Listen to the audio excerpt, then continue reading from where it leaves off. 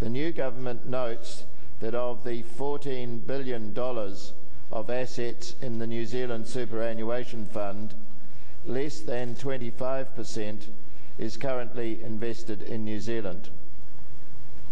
It believes this fund should be used to invest in our country's future growth and to underwrite our future prosperity.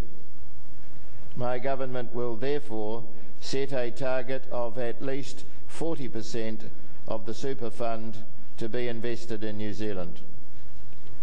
In addition, it will take steps to ensure that saving is a more affordable choice for more New Zealanders by reducing the minimum employee contributions to KiwiSaver to 2% of an employee's gross salary. My government also wishes to address the issue of New Zealand's low productivity growth and intends to lead by example by carefully examining public spending. It will require that public agencies focus taxpayers' money on the frontline services they have a right to expect, and that public spending is scrutinised to ensure it is deployed to good effect.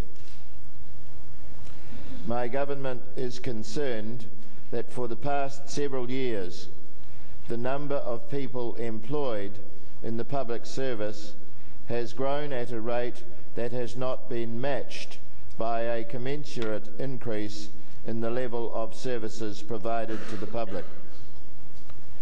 Its focus, therefore, will be on improving services to the public and not on increasing the number of public servants engaged in government administration. To that end, it will halt the growth in government bureaucracy and ensure that resources are focused on the provision of frontline services. My government recognises that the public accounts leave little room for new spending over the next few years. It will work hard to make the most out of every dollar so as to deliver high-quality public services and to protect the vulnerable from the sharp edge of a recession. Furthermore, in order to help businesses and employers through this downturn and onto a stronger growth pathway, it will focus on reducing the regulatory and compliance demands that get in the way of productivity growth. In addition to the reforms to the Resource Management Act I outlined earlier, my government will undertake a regulatory review program. This review will identify and remove inefficient and superfluous regulation, and it will ensure that regulations are used sparingly and effectively. As signalled in its confidence and supply agreement with the ACT Party, the government will undertake a review of the emissions trading scheme. My government believes that New Zealand, as a responsible international citizen and as a country that values our clean, green environment, must act to reduce greenhouse gas emissions and to confront global climate change. In this area, as in others, it will pursue an appropriate balance between meeting our environmental responsibilities and taking up our economic opportunities.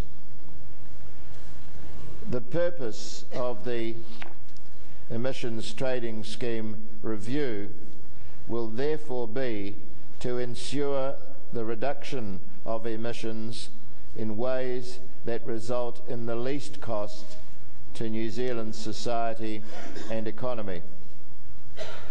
My government acknowledges that efforts to reduce emissions at home must be matched by efforts to reduce emissions abroad.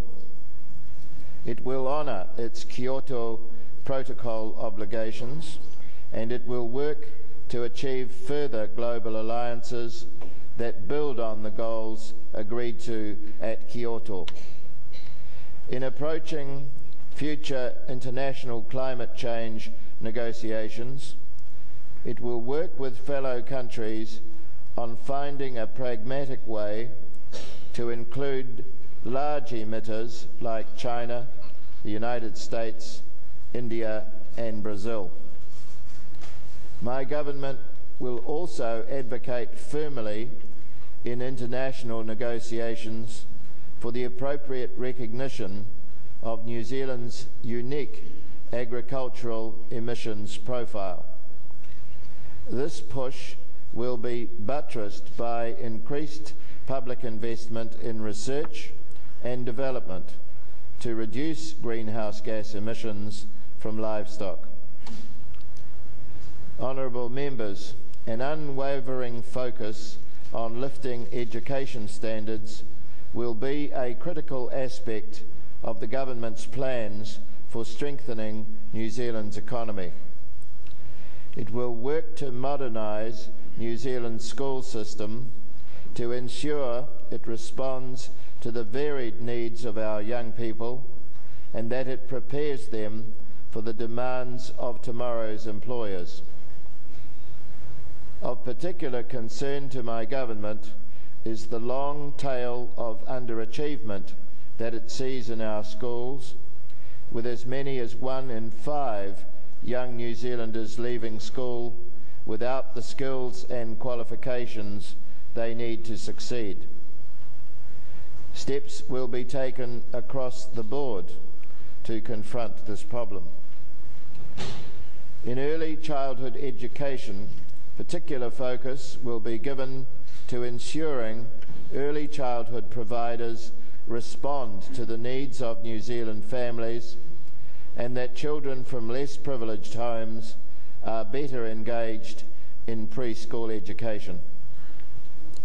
In primary schools, the introduction of national standards in literacy and numeracy and the new requirement that every pupil's progress be assessed against these standards will ensure that problems are identified early and confronted. In addition, parents will be better informed about their children's literacy and numeracy progress through a new requirement that national standards results be reported in plain English. These steps will be critical parts of my government's intended crusade to improve literacy and numeracy standards throughout New Zealand's school system. In secondary schools, many students will get more out of their education as a result of my government's Trades in Schools policy. This will include the development of specialised trades academies, expanded opportunities for school-based apprenticeships, and enhanced trades and technology-based learning opportunities. At the senior end of secondary school, the newly elected government will introduce a youth guarantee. This will provide 16 and 17-year-olds with an entitlement to free school-level education at a wider range of institutions, including polytechnics, wānanga and private training establishments. In tertiary education, my government will work to streamline the bureaucracy, ensure course quality, and to respond better to employers' and students' needs. In recognition of chronic workforce shortages, it will introduce voluntary bonding schemes based on student loan write-offs for graduates in hard-to-staff areas across a range of professions, including doctors, nurses, midwives, vets and teachers. Honourable members, I have outlined today a number of steps my government will take to strengthen the New Zealand economy, both for today and for the years ahead. My government has made it clear that its plans for the economy set the foundation for a wider set of aspirations.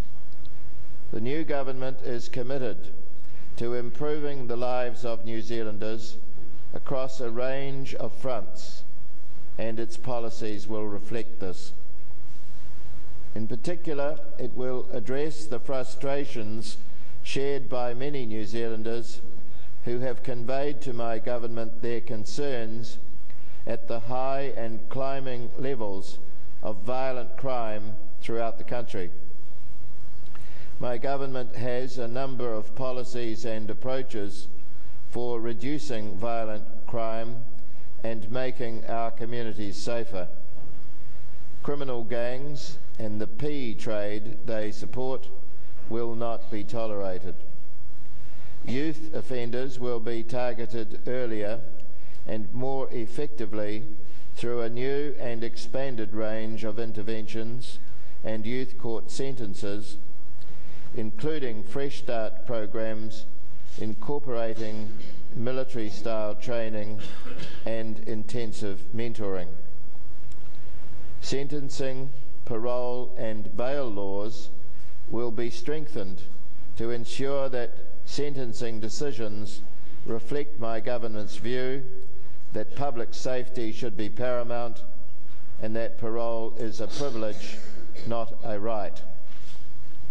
Additional police officers will be recruited and a greater proportion will be deployed to South Auckland. Police will be given new and enhanced powers. These will include the ability to issue on-the-spot protection orders to protect victims of domestic violence and the ability to take DNA from offenders at time of arrest. Victims of crime will be provided with enhanced rights, support and follow-up services from the government.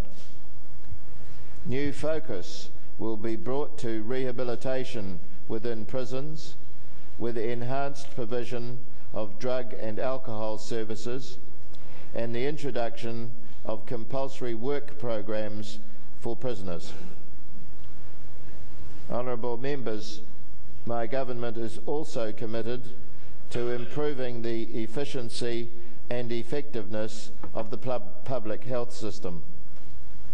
It observes that in recent years, a significant increase in public health spending has not been matched by improved or increased health services to New Zealanders.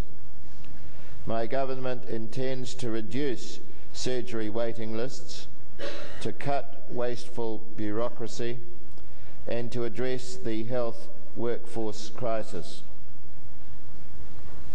As highlighted in its agreement with United Future, my government will make better use of the private sector to deliver public health services, including reducing elective surgery waiting lists. It will also give health professionals a greater say in the running of the health system, and it will require district health boards to work more collaboratively to improve patients' care. The government's welfare policies, like all its policies, will help people to help themselves. They will reflect its belief that paid work is the route to independence and well-being for most people, and that it is the best way to reduce child poverty. In this area, as in all areas of social policy, my government will establish new relationships with the non-government and voluntary groups that are so important to the functioning of a healthy society. By working more closely with these groups and turbocharging their efforts, my government will tap into the resources, ideas and collective goodwill of New Zealand communities. Honourable members, my government is impatient to see Māori standing strong, economically independent and fulfilling the complete promise of their potential.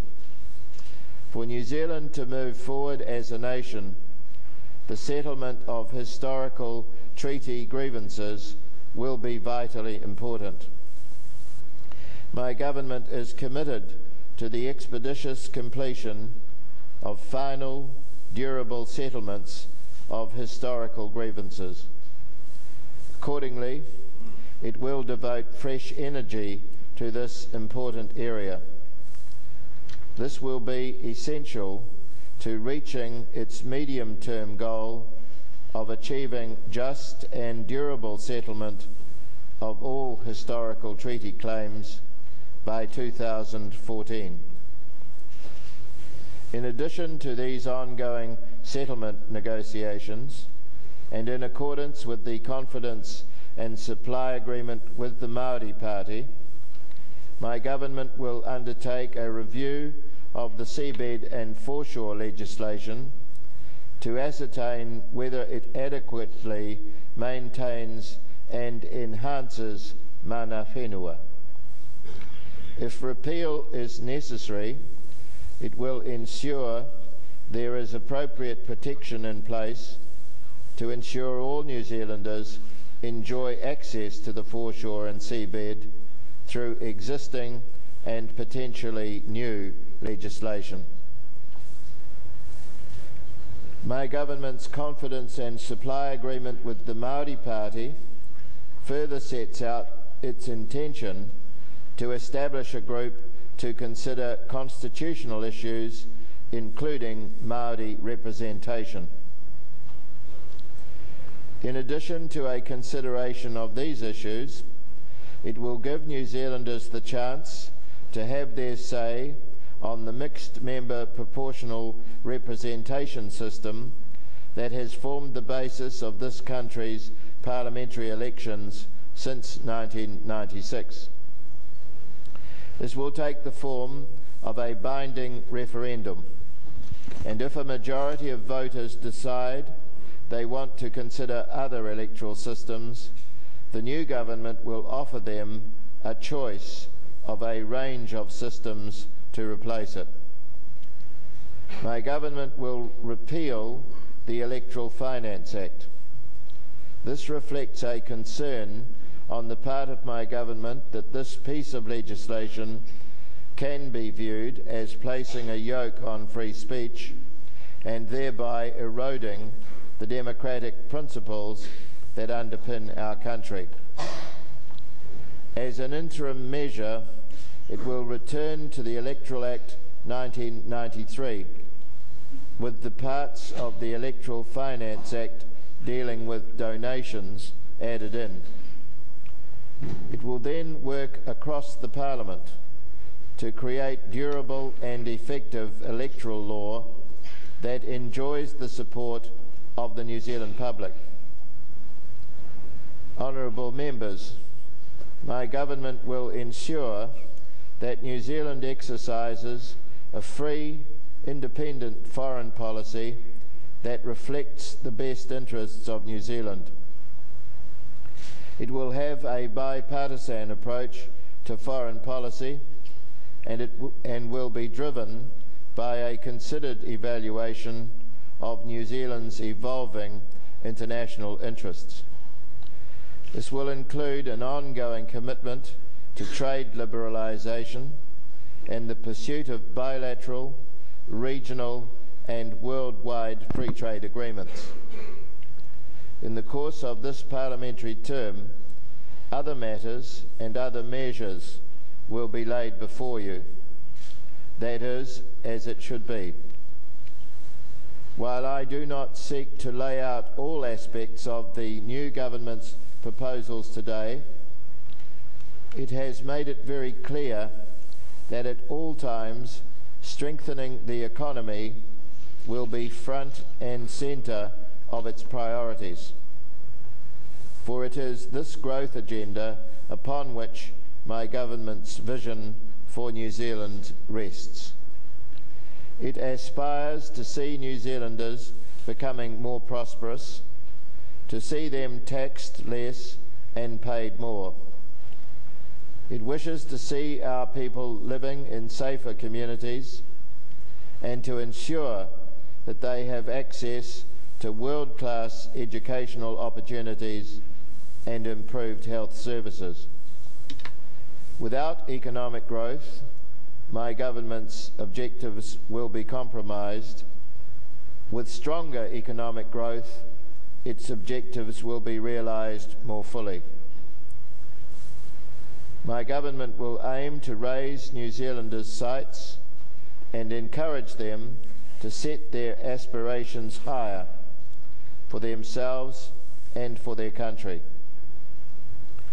Honourable members, in going for growth, my government will be acutely conscious of the fact that it is in the interests of no New Zealanders and to the detriment of us all to allow an underclass to develop in New Zealand.